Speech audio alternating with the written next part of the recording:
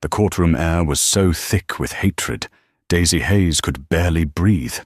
Across from her sat her ex-husband, David Chambers, a hollowed-out man, a puppet on his mother's string. And his mother, Margaret, was a creature of pure venom, whispering lies that were poisoning Daisy's chance of keeping her daughter, Lily. Daisy felt utterly alone, a single, flickering candle against a hurricane.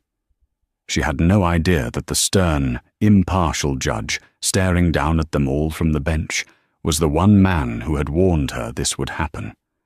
And she had no idea that in 10 minutes, a single, violent slap would change everything. The polished linoleum floors of the county courthouse squeaked under Daisy's worn-out heels. Each step was a tiny, pathetic protest against the inevitable. She was walking toward her own execution, or at least, that's what it felt like. Today was the final hearing in the custody battle for her 6-year-old daughter, Lily. And Daisy was losing. She was losing not because she was a bad mother. She was losing because she was poor and her opponents were rich. Across the sterile, beige-colored hall, she saw them. David Chambers, her ex-husband, looked immaculate in a navy blue suit that probably cost more than her car. He wouldn't make eye contact. He just stared at a fixed point on the wall, his jaw clenching and unclenching. He was a man trapped in a prison of his own making, and Daisy, to her shame, still felt a flicker of pity for him. But the woman standing next to him, adjusting his silk tie with proprietary hands, was the true architect of Daisy's misery, Margaret Chambers. Margaret was a vision of cold, expensive elegance. Her silver blonde hair was pulled into a flawless chignon, not a single strand out of place. Her pearls were real, and her smile was poison. She saw Daisy, and the smile widened, a calculating, cruel expression that didn't reach her icy blue eyes. It was a look of pure triumph. Margaret had been systematic in dismantling Daisy's life, and this, taking Lily, was the final, devastating move. "You look tired, Daisy," Margaret had purred at their last deposition. "It's a shame. All that stress. It's just not a stable environment for a child." Daisy clutched the thin strap of her bag. Her lawyer, a young, overworked public defender named Sarah Soto, gave her a reassuring, if weary, smile. "Deep breaths, Daisy. We just need to stick to the facts. You're a good mum. We'll make them see that." But facts felt small and weak against the mountain of evidence Margaret's high-priced legal team, led by the shark-like Alan Harrison, had manufactured. They had photos of Daisy's small, cluttered apartment, painting it as a hoarder's den, rather than the messy, vibrant home of a part-time artist and single mother. They had expert testimony from a child psychologist, paid for by the Chambers family, who suggested Lily was showing signs of emotional distress due to Daisy's unconventional lifestyle. Daisy's only crime had been to fall in love with David Chambers, a man she met in college who seemed kind, gentle, and refreshingly normal. He'd loved her art, her chaotic energy. But she hadn't married David. She had, unknowingly, married his mother. The first year was fine. But after Lily was born, Margaret's suggestions became recommendations, which then became commands. "The baby shouldn't sleep in your room, Daisy. It creates dependence. That painting you're working on, it's very dark. Are you sure you're feeling all right? David, darling, Daisy seems overwhelmed. Why don't you and Lily and I go to the club for the weekend? She can catch up on her projects." David, desperate for his mother's approval, had slowly retreated, leaving Daisy to be emotionally suffocated by the matriarch. The final straw came when Daisy was offered a small gallery show. She was ecstatic. It was the first time in years she felt like herself. When she told David and Margaret, her mother-in-law had simply smiled. "That's nice, dear. But who will watch Lily?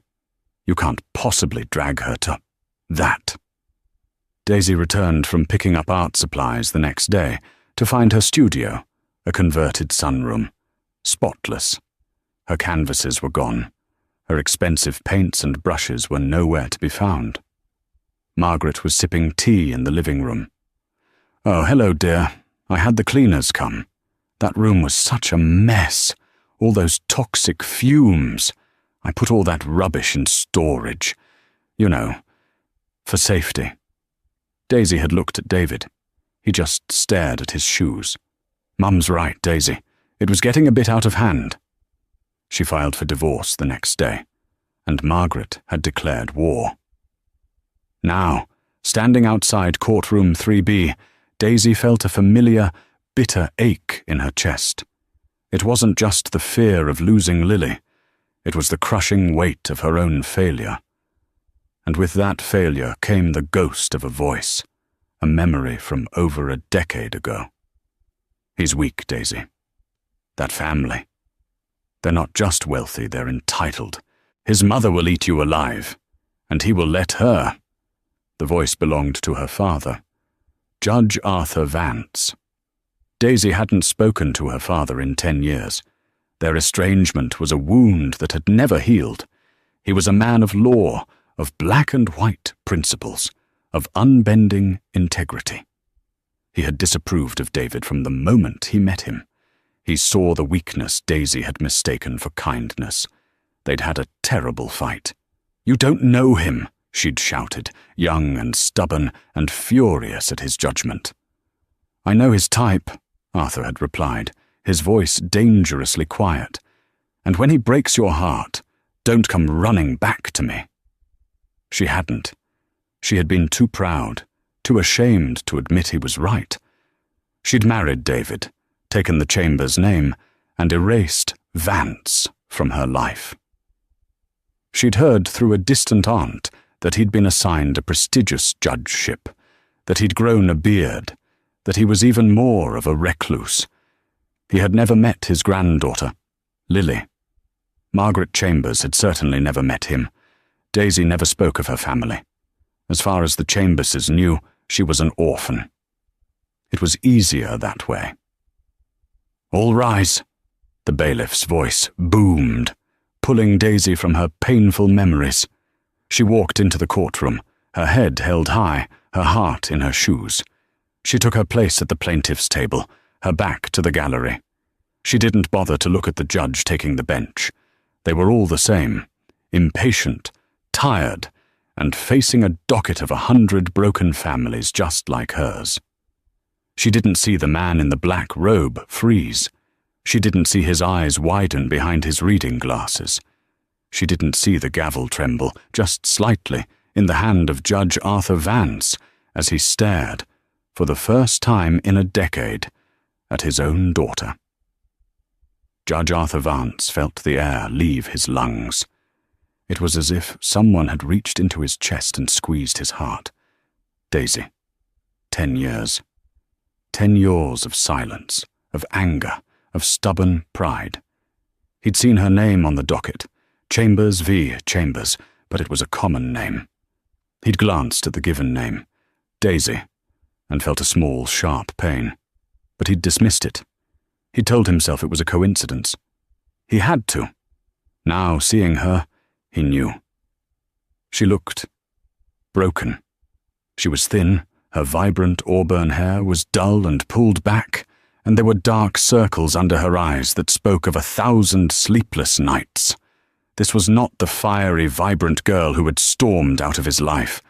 This was a woman who was being hunted, a wave of white-hot rage, so potent it nearly made him stand up, washed over him.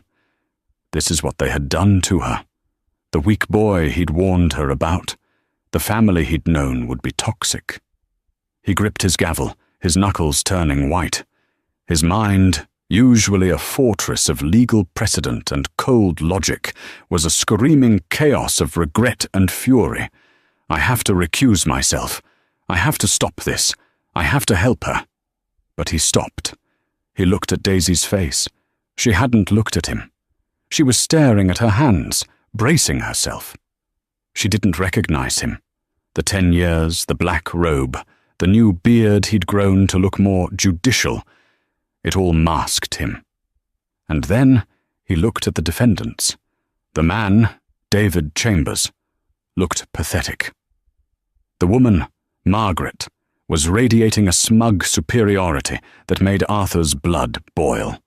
A new, colder, and far more dangerous thought entered his mind. If I recuse myself, this case gets kicked to another judge, weeks from now. She'll be torn apart by this system. But if I stay, if I remain impartial, I can see the truth. I can ensure the law is followed. He was a judge. But he was also a father. He would be a judge first. He would give them no grounds for an appeal. He would be the most impartial, fair, and objective arbiter this court had ever seen.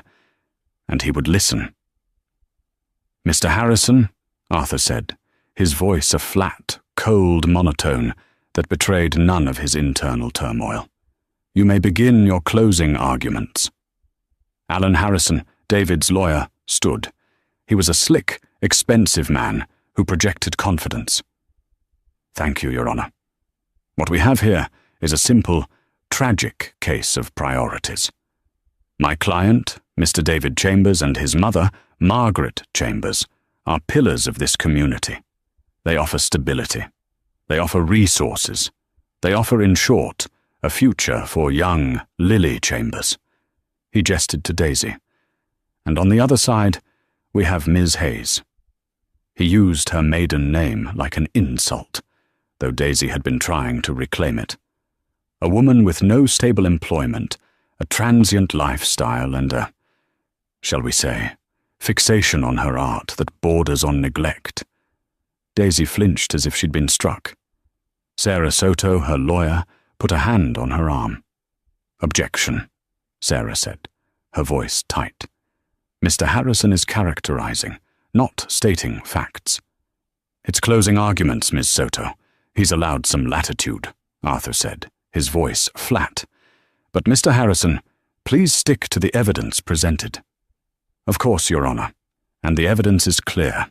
We presented photographs of the plaintiff's apartment. Take, for example, Exhibit 7B, canvases stacked to the ceiling, jars of paint and turpentine left open, accessible to a 6-year-old child. Is this a home, or is this a hazardous work environment?" Daisy wanted to scream. Those photos were taken after Margaret had sent an assistant to help her pack, who had clearly staged the entire scene, opening bottles and tossing rags on the floor. "We heard testimony," Harrison continued, "from Dr. Alistair Finch, who stated that Lily is showing signs of anxiety, of acting out. He testified that this is common in children who lack a consistent and predictable parental structure." Arthur made a note. "Dr. Finch, the expert who has been on the Chambers family payroll for years. David and Margaret Chambers offer that structure.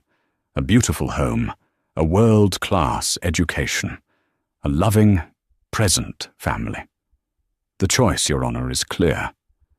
Do not sacrifice this child's future for the sake of a hobby." Harrison sat down. The room was still. Arthur looked at Daisy's lawyer. "Ms. Soto?" Sarah Soto stood. She was clearly outgunned, but she had passion. "Your Honor, what Mr. Harrison calls neglect, we call life. Daisy Hayes, Miss Vance, as she is legally reclaiming her name, is a loving mother. Yes, her apartment is small. Yes, she is an artist. But she is also a mother who packs Lily's lunch every day, who reads her 3 stories every night, and who is teaching her daughter that it is good to be creative, to be passionate. The hazardous materials Mr. Harrison mentioned, that was a setup, plain and simple, staged by the Chambers family, who have used their money and power at every turn to bully, intimidate, and fabricate a reality that simply does not exist. They are not trying to save Lily. They are trying to acquire her, just as they would acquire a new car or a piece of art. The only one unstable here, Sarah said, her voice rising, is Margaret Chambers, a woman so controlling she could not stand to see her son love another woman, and who has systematically tried to erase Daisy from her own daughter's life. Do not reward this campaign of cruelty. Please, see the truth. Lily belongs with her mother. Sarah sat down, breathing heavily. There was a long, heavy silence. Arthur looked over the evidence, his face an unreadable mask. He saw the doctored photos. He saw the biased psychological report. He saw the bank statements, David's massive inherited wealth versus Daisy's part-time barista job. On paper, Harrison was right. The choice was clear. "Thank you, councillors," Arthur said. "This court will take a brief recess for 10 minutes before I return to hear any final rebuttals and deliver my ruling." He stood. "All rise." He walked back to his chambers, his robe flowing behind him. The moment the door clicked shut, he leaned against it. His eyes closed. They set her up. They manufactured this whole case. And she didn't even recognize me. A part of him was heartbroken. But another, larger part, the father, was terrified. On the facts presented, any other judge might just split a custody, or worse, give in to the stability argument. He looked at the small photo he kept hidden on his desk, a smiling, gap-toothed, 16-year-old Daisy in a soccer uniform, her arm slung over his shoulder. "I will not let them take your daughter, Daisy," he whispered to the empty room. "I will not." He splashed cold water on his face, straightened his robes, and transformed back into Judge Vance. He would finish this. Daisy stumbled out of the courtroom, her legs feeling like jelly. Sarah Soto was muttering beside her. "I think we held our own." The set-up argument seemed to land. That judge, he's hard to read. He's fair, but he's a stickler for evidence. I just hope. Daisy wasn't listening. She just needed air. She headed for the water fountain at the end of the long hall, desperate for a moment of peace before the final verdict. Her entire life, her world, was about to be decided. She drank deeply, the cold water a small shock against her nerves. Well, that was quite the performance. Daisy froze. She turned. Margaret Chambers was walking toward her, her heels clicking on the floor like tiny hammers. David was, as always, 2 steps behind, his face pale and miserable. "Margaret, please," Daisy whispered. "Not here." "Oh, especially here," Margaret sneered, her voice low and venomous. She stopped just a foot from Daisy, invading her personal space. "Did you really think that pathetic little speech from your charity case lawyer would work? She's a mother," Margaret mocked in a high-pitched, babying voice. "Stop it," Daisy said, her voice shaking. She could feel the stares of other people in the hall. "You're a failure, Daisy. You were a failure as a wife, and you're a failure as a mother. You're just a sad little artist playing dress-up as a grown-up. You have nothing. My son gave you everything, and you threw it away." I left you, Margaret," Daisy said, a spark of her old fire returning. "David just happened to be in the way." David flinched, but Margaret's eyes narrowed into slits. "You ungrateful little tramp. You think you're going to keep my granddaughter? My blood. You will not. That judge in there, he's a practical man. I've had my lawyers look into him. Judge Vance, a man of logic. He will see the bank statements. He will see the stability. He will give Lily to us." "She's my daughter!" Daisy's voice was rising, cracking with desperation. "You will not poison her. You will not turn her into him." She gestured at David, who looked at the floor. "How dare you?" Margaret hissed, taking another step forward until she was right in Daisy's face. "You're talking about my son. You're talking about my family. You are nothing. You came from nothing, and you will go back to nothing, and you will do it alone." "Mum, please," David mumbled, finally finding his voice. "People are watching. Let's just go back in." "Don't, Mum. Please me, David.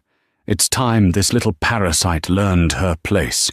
She needs to understand exactly what's about to happen." Margaret turned her full, undivided attention back to Daisy. Her face was a mask of pure, distilled hatred. "You will get supervised visitation. Once a month. If you behave, you will not bring your paints. You will not fill her head with your nonsense. You will be a distant, sad memory. And Lily, she will thank us one day for saving her from you." This was it. The final, brutal snap. All the years of passive aggression, of whispered insults, of gaslighting and manipulation had boiled over into this single, monstrous moment. And Daisy Hayes, Daisy Vance, snapped too. "No," she said. Her voice was quiet, but it cut through the hallway noise. "What did you say?" Margaret asked, surprised by the resistance. "I said no." Daisy stood up straight, pushing herself off the wall. The tears of fear were gone, replaced by a cold, glittering rage. "You don't get her. You don't get to win. You are a bully, Margaret. A sad, empty woman who can't stand anyone else's happiness, so you have to destroy it. You destroyed your son. You destroyed my marriage. But you will not destroy my daughter." She looked past Margaret, right into David's eyes. "And you," she said, her voice dripping with contempt, "you are the weakest man I have ever known. That judge in there, he's right about one thing. He's a man of logic, and he will see that you are just your mother's puppet. You are not a father. You're a ghost." You bitch!" Margaret shrieked, her carefully constructed mask of civility shattering. The blood rushed to her face, turning her pale skin a mottled red. She was no longer the elegant matriarch. She was a cornered animal. "That's all you have, isn't it?" Daisy said, her voice shaking but strong. "Insults, money, lies. It's not enough. Not this time." "Bailiff is calling us," David said, tugging at his mother's arm. "Mum, come on." They were at the entrance to courtroom 3B. The bailiff was holding the door. "Parties are due back." Daisy made to walk past them, to return to a table. But Margaret was not finished. "You will never speak to me that way." Margaret grabbed Daisy's arm, her fingernails digging in. "Let go of me." Daisy tried to pull away. "You think you've won? You think your little speech changed anything? You are filth." And with that, Margaret Chambers, in a fit of uncontrollable narcissistic rage, drew back her hand and slapped Daisy Hayes across the face. The sound was shockingly loud.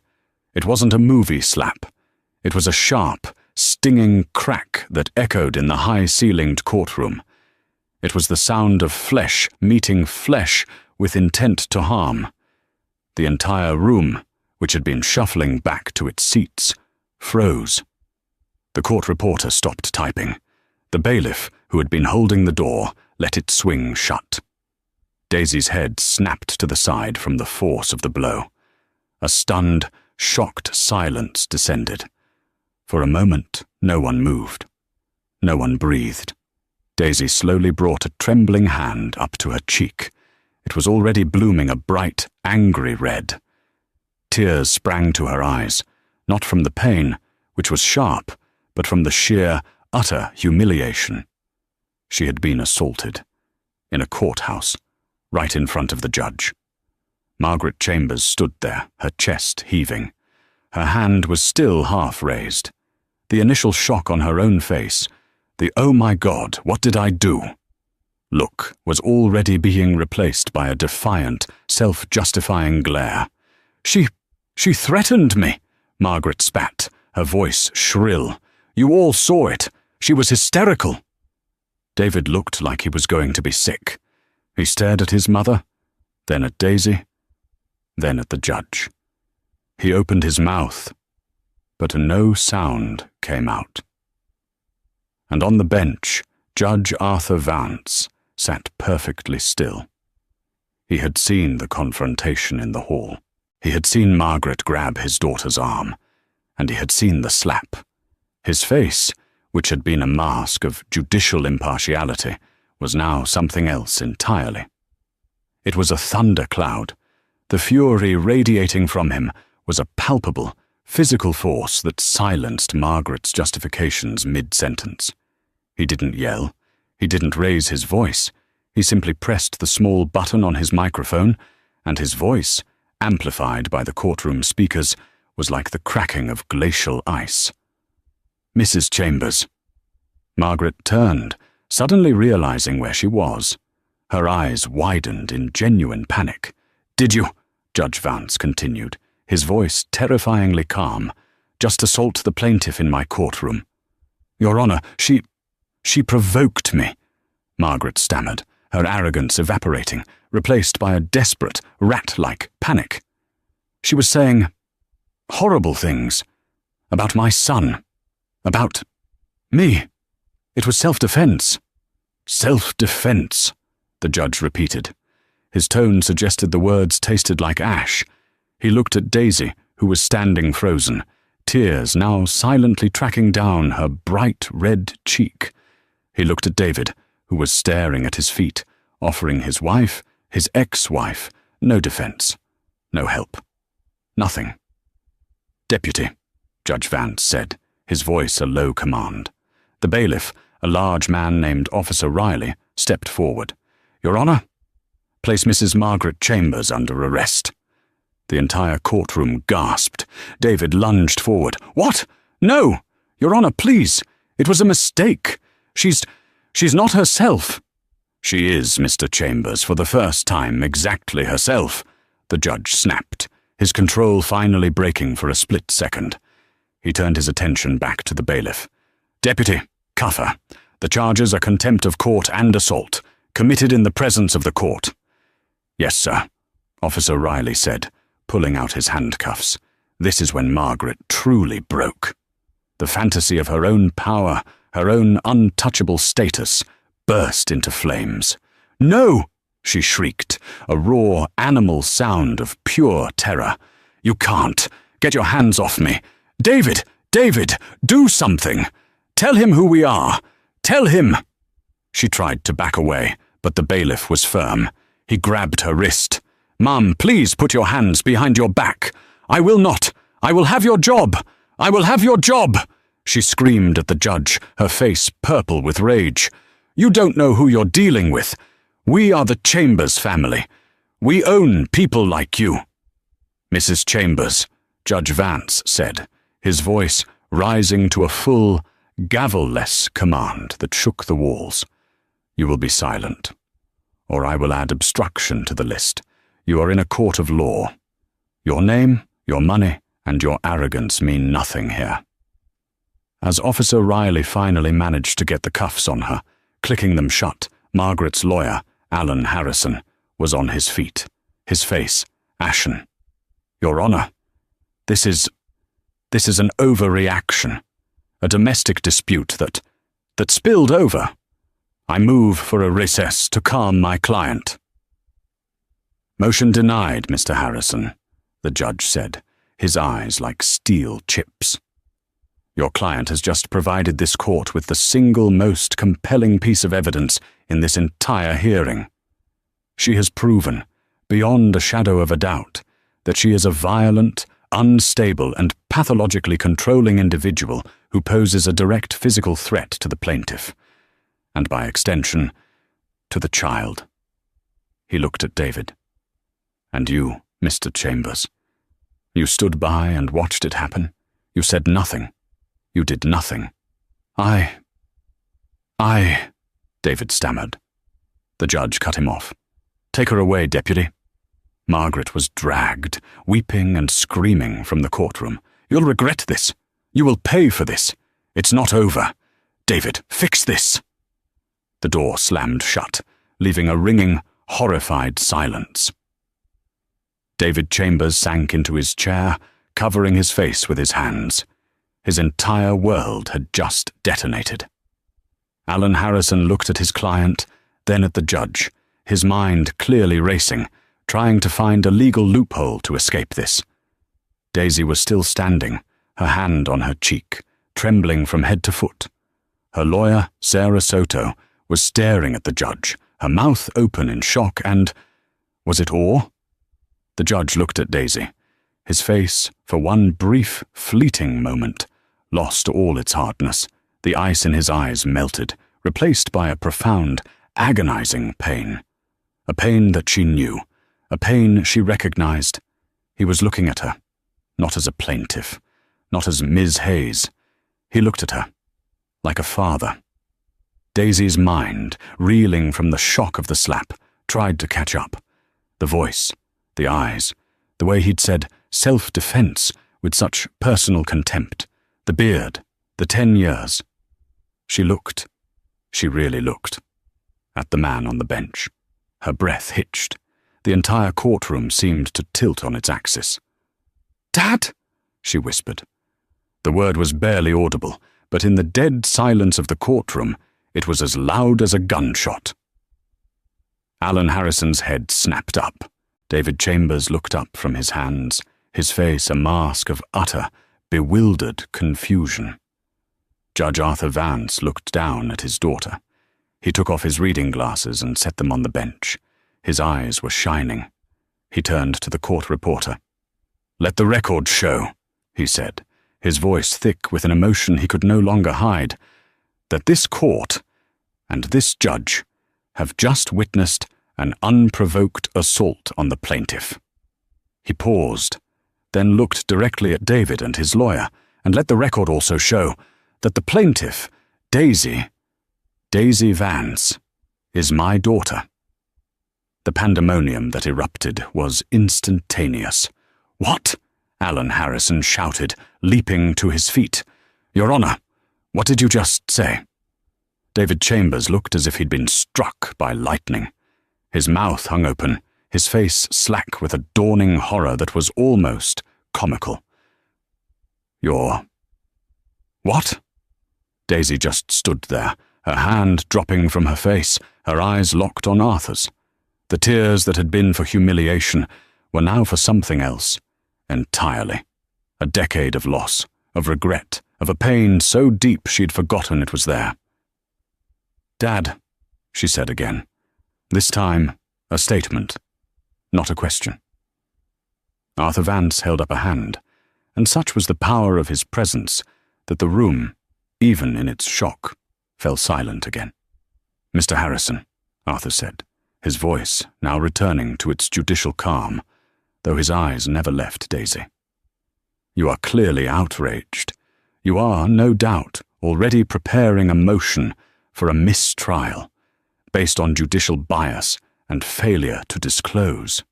"You're damn right I am," Harrison bellowed. "This entire proceeding is a farce, a setup." "A setup?" Arthur raised an eyebrow. "Are you accusing me of staging my client's assault?" He pointed a finger at Harrison. "You will choose your next words very carefully, counselor. I will not be the one held in contempt today." Harrison deflated slightly, but he was still sputtering. You knew this whole time. You sat up there and I did not," Arthur stated, his voice ringing with the clear, unvarnished truth. "I have not seen Miss Vance in 10 years. I did not recognize her when she entered my courtroom. The stress and hardship your clients have put her through have changed her. And she, clearly, didn't recognize me." He looked at Daisy, his expression softening. "It was not until the moment Mrs. Chambers, in her infinite arrogance, assaulted my daughter, that that we both realized the truth. He turned back to the lawyers. However, Mr. Harrison, you are partially correct. I can no longer, in good conscience, rule on this case.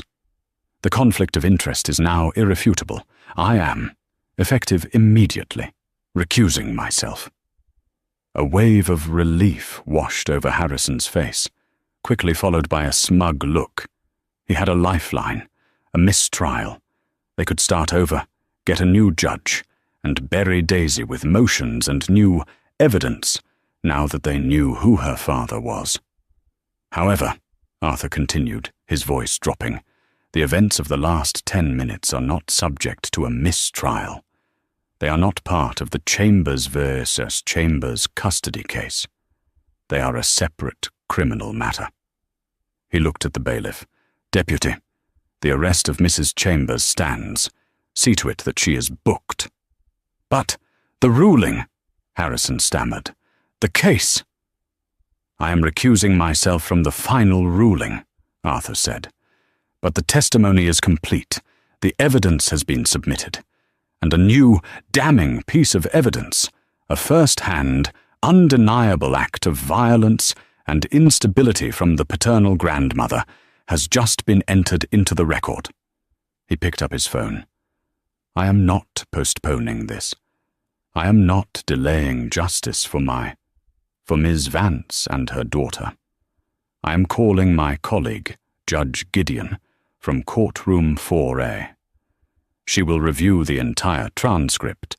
She will be briefed on the events of the last 10 minutes, and she will deliver the final ruling. Today. Now. This was a nightmare for Harrison. A mistrial was one thing, but having a new judge, a colleague of the man whose daughter was just slapped, review a transcript that included that slap? It was a death sentence. Your Honor, I object. This is highly irregular. It is entirely within my purview, Mr. Harrison, Arthur said. Given the exigent circumstances and the clear and present danger to the child's mother. This court is in recess for 30 minutes, after which Judge Gideon will preside. Do not leave the building. With a final shattering slam of his gavel, Arthur Vance stood. All rise. He didn't look at Daisy. He couldn't. He swept from the room and into the privacy of his chambers. The moment the door closed, his legs gave out. He sat heavily in his chair, put his head in his hands, and for the first time since his own wife's funeral, 15 years prior, the judge wept. He wept for his stubbornness.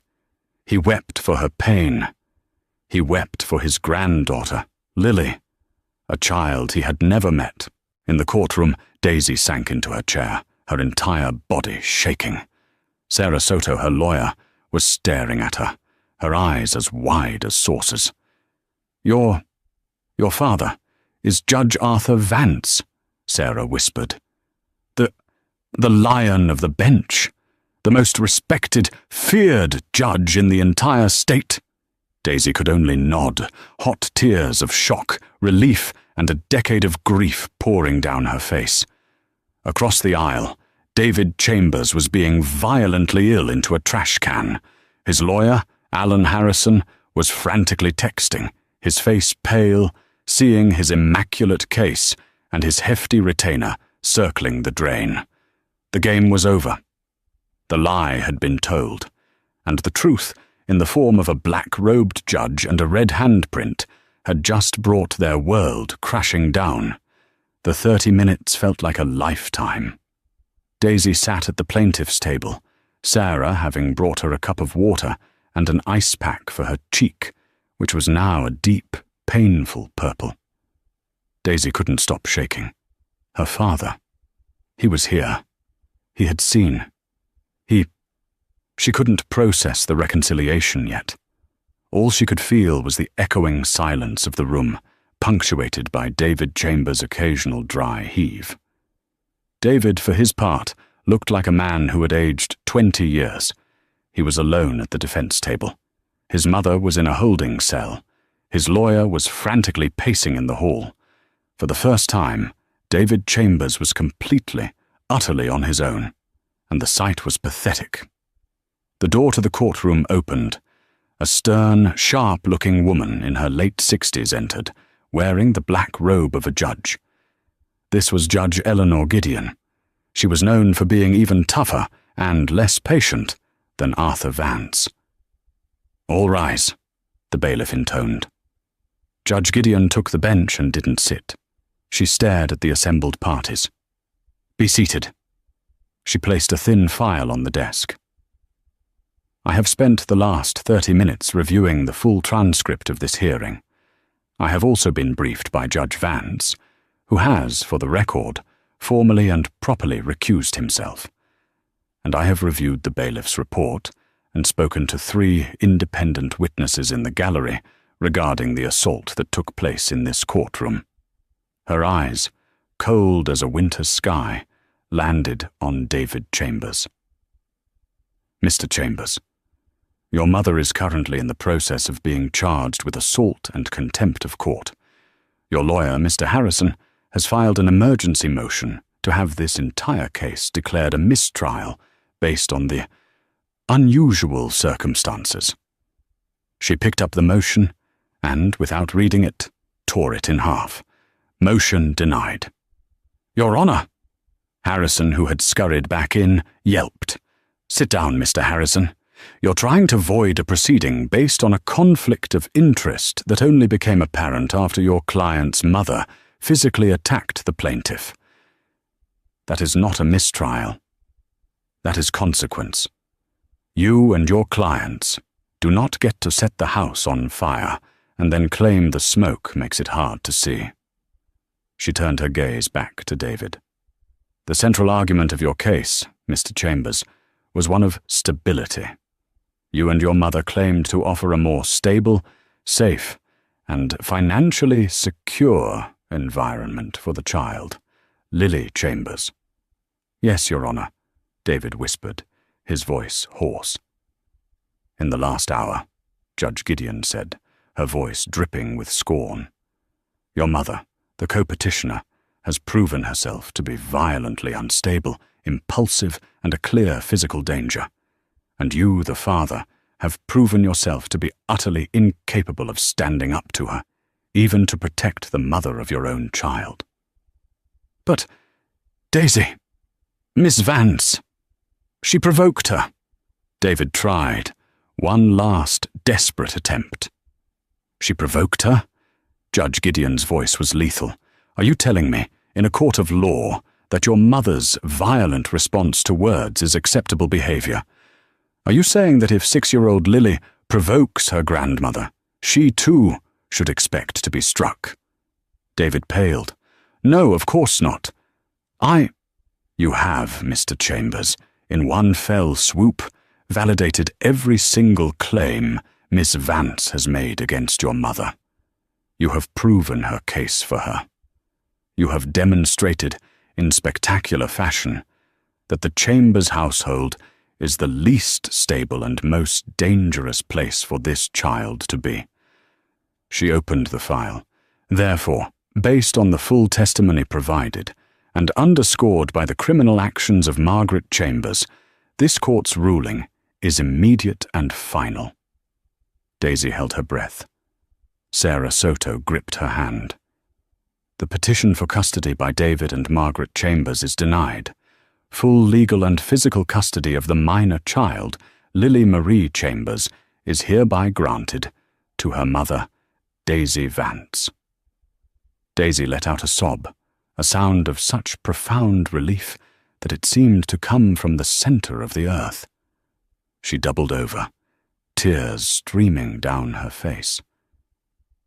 "As for visitation," Judge Gideon continued, "Mr. Chambers, you will be granted supervised visitation once a week for 2 hours at a state-approved facility. This will be contingent on you completing a 24-week parenting and anger management course. Given your passivity, you clearly have as much to learn as your mother." "Supervised?" David whispered, horrified. "You're lucky you're getting that, son," Judge Gideon snapped. "You stood by while a woman was assaulted. The only reason you are getting any visitation is because Miss Vance did, at one point, testify that you were a decent father when your mother wasn't around. I'm giving you one final chance to become that man. Do not make me regret it." As for Margaret Chambers, the judge concluded, she is to have no contact with the child, Lily, or the plaintiff, Daisy Vance. A permanent restraining order is effective as of this moment. Any attempt to contact them, through any means, will result in her immediate arrest. She looked at David. "Am I clear, Mr. Chambers?" "Yes, Your Honor," he whispered, a completely broken man. "This court is adjourned." Judge Gideon slammed the gavel. It was over. Daisy was crying so hard she could barely stand. Sarah Soto was hugging her, tears in her own eyes. "You did it, Daisy. You're free. You and Lily are safe." Across the room, David Chambers sat alone, his head in his hands, as his lawyer, Mr. Harrison, packed up his briefcase, not even sparing his client a parting glance. He'd lost, and in his world, you didn't associate with losers. Daisy, with Sarah's help, gathered her bag. All she wanted was to go to her daughter's daycare, to pick her up, to hold her, and to never let her go. She was halfway to the door when it opened. Arthur Vance stood there, not as a judge, but as a man. He was no longer in his robes. He was just in a shirt and slacks, looking rumpled, and older than she'd ever seen him. Their eyes met across the empty courtroom. The lawyers, the bailiff, the reporter. They all seemed to fade away. There was only the father and the daughter, separated by 10 years of silence and a new, terrible understanding. The heavy courtroom door thudded shut, the sound final and deafening. Sarah Soto's footsteps faded down the hall, leaving Daisy in a silence so profound it seemed to vibrate. She was alone with the man who was a total stranger, and simultaneously the person she knew best in the world. He was no longer Judge Vance, the terrifying arbiter on the bench. He had shed his robes and was just a man in a white shirt and slacks, his tie loosened, his face a roadmap of exhaustion, regret, and a dawning, terrible relief. Daisy's hand was still pressed to her cheek, the skin feeling hot, tight and painfully alive. She stared at him, the man she had called Dad. The last 10 years, a decade of bitter silence, of stubborn pride, of scraping by, of telling herself she didn't need him, collapsed into this one surreal moment. Arthur took a single, hesitant step forward, as if approaching a skittish animal. "Daisy," he said, and his voice was not the courtroom boom that had arrested a woman. It was the quiet, rough voice she remembered from her childhood, the one that used to read her stories. Your cheek, my God. It'll fade," she whispered. It was a lie. This, she knew, would never fade. A new, sharp feeling cut through her shock. Anger. Not at Margaret. Not at David. But at him. "Why didn't you say anything?" she asked, her voice shaking with a fresh wave of emotion. "When I walked in, you knew it was me. You sat up there and you were just going to watch.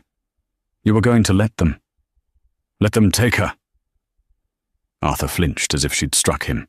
"No. Daisy, no, I swear on my life. I didn't know." "How could you not know?" she cried, the tears of humiliation turning hot and angry. "You're my father." "Because," he said, his voice raw, "the woman who walked into my courtroom today, she wasn't the girl who left. You were. You are so thin. You looked haunted." He visibly swallowed, the professional mask of the judge completely gone, leaving only a grieving parent. "I saw the name. I told myself it was a coincidence. I had to. And then Then I saw you, and you didn't even look at me. You looked broken. And that's what they did to you." He took another step, his hands clenched at his sides. I sat there. My mind was screaming. "Recuse yourself. Stop this. Help her." But I saw her. He gestured to the door where Margaret had been dragged out. I saw that woman's face, the smugness, the entitlement. And I knew, if I recused myself, they'd just kick this to another judge and she would win. Her lies were perfect. Her evidence was flawless. I thought the only way to help you was to be a judge, to find the flaw in their case. He looked at her cheek, his eyes dark with a fury she had never seen. And then she gave it to me. He was standing in front of her now. When she hit you," he said, his voice dropping to a dangerous growl. "That's when I knew. It wasn't Judge Vance on the bench anymore. It was your father. And the only thing that kept me from climbing over that bench and tearing that woman apart with my bare hands was this robe." The raw, primal protection in his voice shattered her anger. The fury dissolved, and all that was left was the 10-year-old wound, the aching, hollow space of his absence. "But you left me," she sobbed, the words tearing out of her. "You told me not to come running back, and I didn't. I couldn't. I was so ashamed. You were right. You were right about David. You were right about his mother. You were right about everything." She was crying hard now, the ugly, gulping sobs of a child. Margaret. She knew I was alone. She preyed on it. She told me I was nothing, that I came from nothing, that no one was coming to save me. And the worst part, the absolute worst part, is I believed her. Because you were gone, I was so alone, Dad. Oh, Daisy, he choked out. In 2 large steps, he closed the distance and pulled her into his arms. Daisy collapsed against him, clinging to the front of his shirt. All the fight, all the tension, all the years of pretending to be strong, vanishing. He was real. He was warm. He was here. His arms, the same arms that had taught her to ride a bike and held her when her mother died, were wrapped around her like a fortress. "I'm sorry," he whispered, his own voice thick, his tears landing in her hair. "I'm so sorry. Those words, don't come running back. I have regretted them every single day for 10 years. It was my pride, Daisy, my stupid, stubborn, worthless pride. I was so angry, not at you, at him, for being what I saw, and at myself, for failing to protect you." He held her at arm's length, his hands gripping her shoulders. I heard through your Aunt Clara that you were pregnant. 6 years ago, I picked up the phone 100 times. I wrote letters I never sent. I was a coward. I was so terrified that you'd hang up, that you hated me. I buried myself in my work. I became Judge Vance because Dad was too painful. It is the greatest failure of my life, Daisy, and I will spend the rest of it making it up to you, if you'll let me. I missed you so much, she wept. I missed you too, he said, pulling her back in, more than you'll ever know.